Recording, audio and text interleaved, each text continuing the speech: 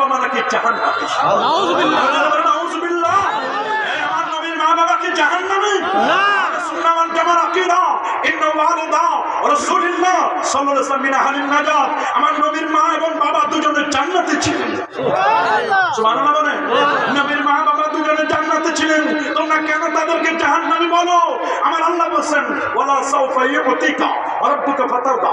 আপনার রব আপনাকে এমন কিছু দিবেন নবী আপনি তাতে খুশি হয়ে যাবেন। আপনারা বলেন নবীর মা বাবা জাহান্নামে থাকবে আর নবী বুঝি খুশি হবে? আল্লাহর আইন তো আছে ওমা কুননা মুআযিবিনা হাত্তা নাবাসা রাসূলা।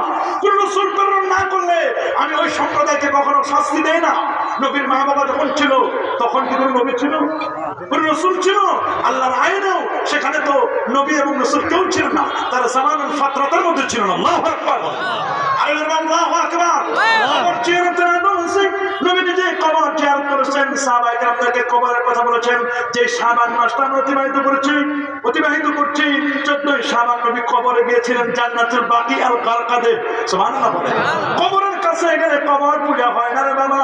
জগৎ বিখ্যাত ইমাম আমিরুল মুমিনিন ফিল হাদিস আবি আব্দুল্লাহ মুহাম্মদ ইবনে ইসমাঈল ইবনে ইব্রাহিম ইবনে মুগীরা আল বারদাসবাহ আল জুফি আল ইয়ামানি আল বুখারী রাহিমাহুল বারী। ইমাম বুখারীর লেখা বিখ্যাত কিতাব, যিনি 6 লক্ষ হাদিসের হাফেজ ছিলেন।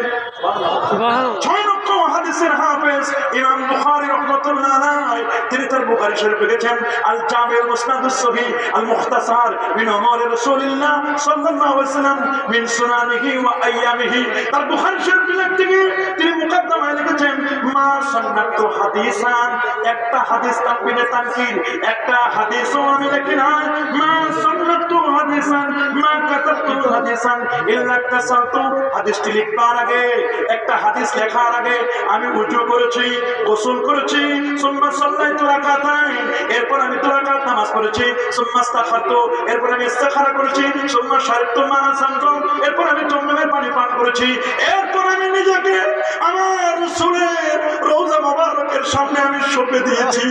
রাসূলকে জিজ্ঞেস করেছি ইয়া রাসূলুল্লাহ ইয়া হাবিবাল্লাহ, এই হাদিসটি কি আপনার পক্ষ থেকে না অন্য কারো পক্ষ থেকে?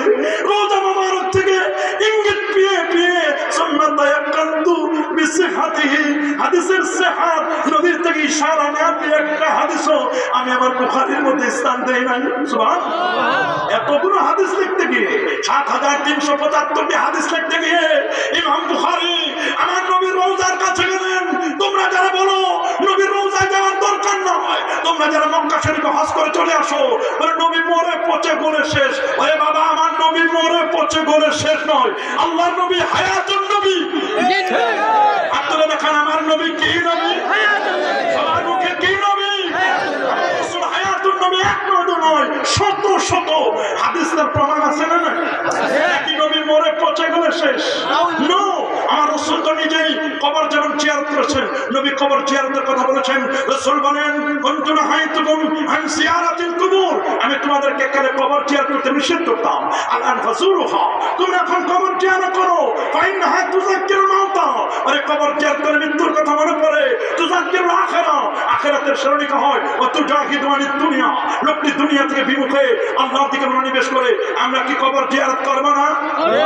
সাধারণ মুসলমানের কবর যদি জিয়ারত করা যায়, আমরা কবরের সামনে বলি আসসালামু আলাইকুম ইয়া আহলাল কুবুর, হে কবরবাসী তোমাদের প্রতি শান্তি বর্ষিত হোক। ওদেরকে আমরা সালাম দেই। তারা যদি আমাদের সালাম শুনে, নবী ওলিরা শুনে না? আমার নবী শুনবেন না? রাসূল বলেছেন আনা হাইয়ুন ফি কবরি, আরে আমি না, আমি নবী, আমার রওজার মধ্যে আমি জিন্দা থাকবো। শুধু আমি না রে, ইন্না আম্বিয়া আল্লাহে আহইয়াউন ফি কুবুরিহিম ওয়া হুম ইউরযাকুন, সমস্ত নবীগণ আপন আপন রওজা মোবারকে তার জিন্নাহ মা মিন আবদিন ইসাল্লিমু আলাইয়া ইল্লা রাদ্দাল্লাহু আলাইহি রূহি হাত্তা আরুদ্দা আলাইহিস সালাম। আমার কোন উম্মত আমাকে যদি দূর দূর থেকে সালাম দেয়, আমি নবী মিসকালে শুনি রে, শুধু শুনি না, আমি তাদের সালামের জবাবও দেই। আল্লাহু আকবার।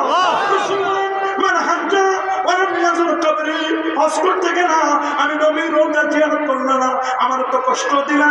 সেই হাদিসের মধ্যে লেখা আছে মান জাআনি সাইরান, যে ব্যক্তি কেবলমাত্র একমাত্র আমি রাসূলুল্লাহ জিয়ারতের উদ্দেশ্যে আসলো, কুনতু লাহু শাফিআন ইয়াউমাল কিয়ামা, আমি নবী নিজে তার